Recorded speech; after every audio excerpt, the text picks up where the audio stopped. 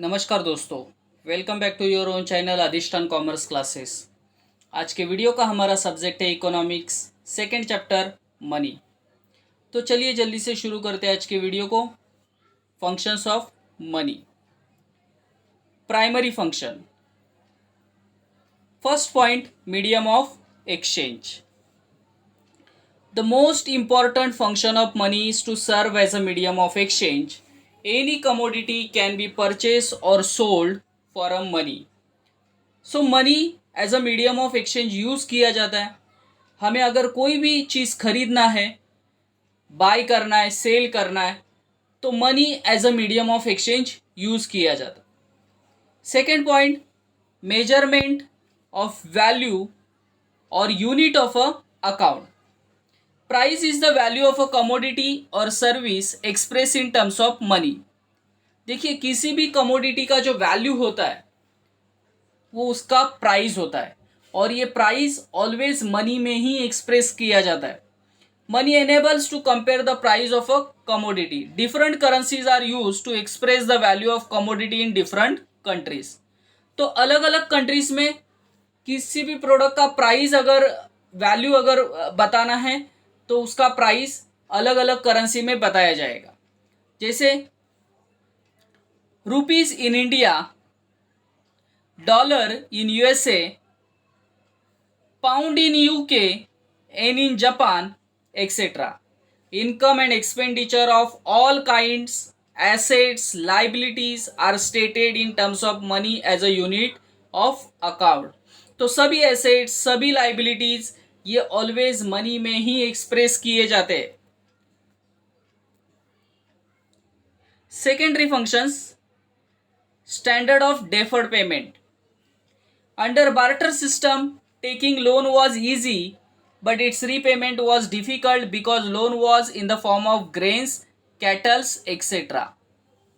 Barter system में क्या होता था कि लोन लेना तो इजी था, बट लोन को जब रीपेमेंट करना होता था तो उसके अगेंस्ट में ग्रेन्स देना पड़ता था, कैटल्स देना पड़ता था, या कोई कमोडिटी देना पड़ता था।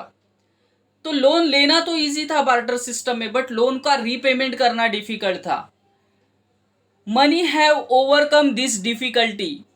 Payments to be made at future date is called deferred payment. जब कोई भी पेमेंट हम फ्यूचर में करते हैं तो उसको हम डेफर्ड पेमेंट करते हैं, और ये डेफर्ड पेमेंट करना मनी के वजह से ही पॉसिबल हुआ, इजी हुआ। By serving as a standard measure of payment over a time, money makes borrowing and lending easy. Borrow करना, लेंड करना, ये दोनों जो काम है ये मनी के वजह से ही इजी हुए। Store of value. Money act as a store of value. Money not only satisfy wants in the present but also makes provision for satisfaction of wants in a future. तो because of money हम लोग हमारे present के wants को satisfy कर सकते हैं, but future के वांट्स को जो प्रोविजन चाहिए वो प्रोविजन हम लोग ओनली बिकॉज ऑफ मनी कर सकते हैं, क्योंकि मनी जो है वो सेविंग कर सकते हैं। This is possible due to savings.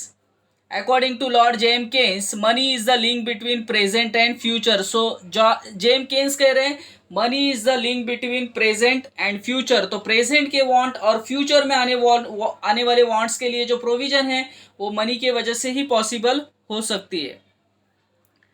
Next point, transfer of value.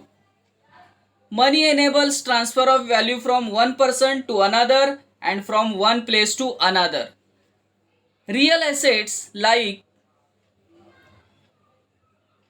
building, plot, shop, agricultural land, etc. can be sold at one place and can be purchased at another place with the help of money. So money के वजह से ही transfer of value possible है।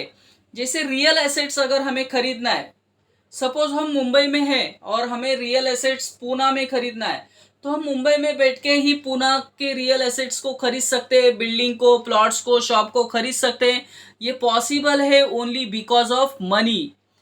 Building, plot, shops, agricultural land can be sold at one place and can be purchase at another place with the help of money. Then contingent function. According to Professor Kinley, the modern period, money plays an important role almost in all economic transaction. First point, measurement of national income. National income is expressed in money terms. Distribution of national income among the four factors of production is in terms of monetary reward, that is rent, wages, interest, profit. ये सभी जो distribution of factor of production है ये सभी money में ही major किए जाते हैं. रेंट, वेजेस, इंटरेस्ट, प्रॉफिट सभी मनी में ही मेजर किए जाते हैं. Next point, basis of credit. Commercial banks create credit money on the basis of primary deposit. Money provide a liquid base for a creation of credit money. Credit money, basis for credit money. Basis मतलब bank जो हमारे से deposit लेते हैं उसके basis पे bank loans वगैरह देते हैं. तो ये क्रेडिट जो बैंक क्रिएट करती है ये तभी क्रिएट कर पाएगी जब मनी होगा.